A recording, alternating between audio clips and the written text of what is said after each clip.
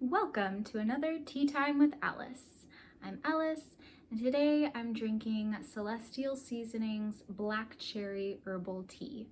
I felt like black cherry went with the theme that I'm going with today with my black cherry outfit, sort of.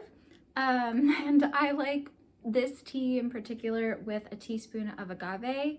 I think for fruity teas, a teaspoon of agave adds sweetness without masking the fruity flavor or changing it in a big way. So I like this. It's a pretty inexpensive tea, just comes in a bag.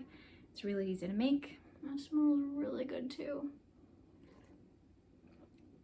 So that's what I've got today.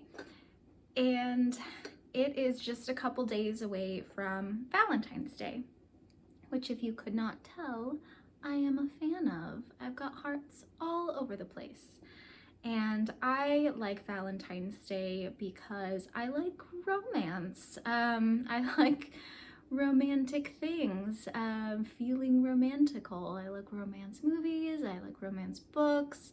I like books that aren't specifically romance but have romance in them. I'm reading one right now, and I know that Valentine's Day gets a lot of flack for, being a Hallmark holiday that's just made to sell sweet things and flowers and candy, and that if you don't have a significant other around Valentine's Day, maybe it's not really for you, but I would disagree. I think Valentine's Day doesn't have to just be about romantic partners and romantic relationships.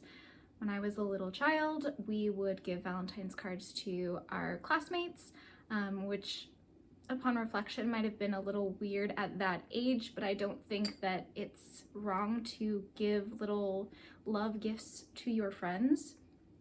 And kind of brings me to what I really want to talk about today, which, I'll get to that in a second. Let's start off by saying romance is a feature that's very prevalent in stories, and the romance genre is the biggest best-selling genre of all of the genres in book publishing at this time, and romance will trickle into other types of stories as well. A lot of fantasy books also have romance in them. Fantasy movies, sci-fi will also have romance in it. Oftentimes, literary fiction might have elements of romance, even though it's not specifically a romance book. So that is very prominent, and in a lot of romance stories, you'll have, at least at the beginning, one character who's pining after the other character, or who loves them from a distance. The other character doesn't know about it. Maybe it's both characters that love each other, but aren't willing to admit it. Or maybe it's just one and the other doesn't know yet. Maybe that other character never ends up liking the main character, or maybe they just don't know that they would like them, and then the story brings them together. Regardless, that's one side of it. The other side of it, of the thing that I'm going to talk about, is friendships in books. It's a big deal to have these two buddies that are really good friends, like, Frodo and Sam, Harry and Ron, Royce and Hadrian, which is one from a series I'm reading right now, which is fantastic, and I recommend to everybody. Jean and Locke from the Gentleman Bastard series, these two friends that are just like, they've got each other's backs through thick and thin, no matter what, and maybe they have, romantic love interests on the side, but at the end of the day, they are each other's best friend, and that's the strength of the relationship in the story. So what I want to see more of in books and stories is friend crushes. So like the first one, the romantic people pining over the other person, but not in a romantic way, in a friendship way, like in the friend stories. And maybe the ending is that they get together as friends, and they could still, again, have romantic love interests on the side, but they find each other as friends. And I think the reason that I feel this way is because in my life, I've had a lot of friend crushes, people that I really want to be friends with, and they could be of any gender.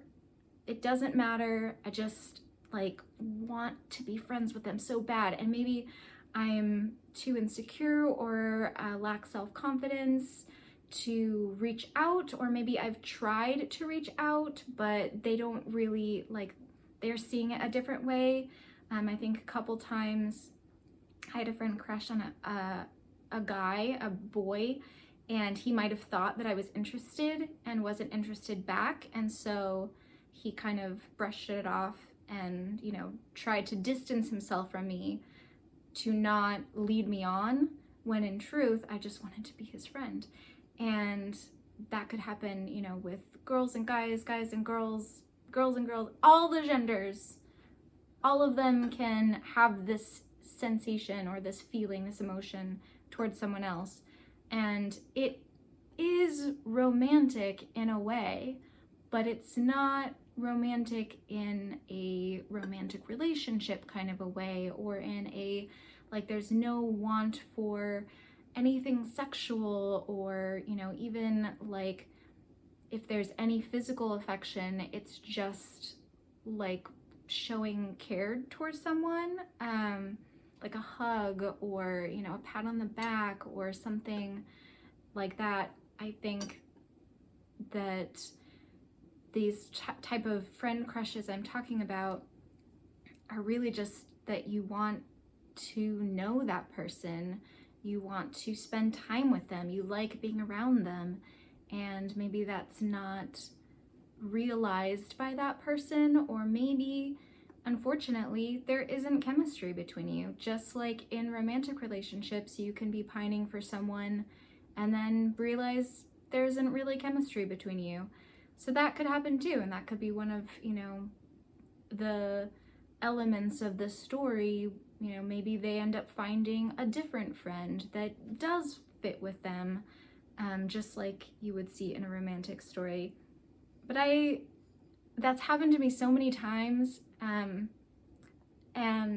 I feel like it's not talked about enough. It's not acknowledged and accepted enough as something that can happen. Like, people will think that it's, you know, oh, you're just jealous of them. You know, if it's me that's like pining after another woman, maybe it's because I'm jealous of her. Or, oh no, it's that you actually are romantically interested in him and you just don't want to admit it, so you're saying it's a friend crush, when really it's not. It really is just wanting to be their friend.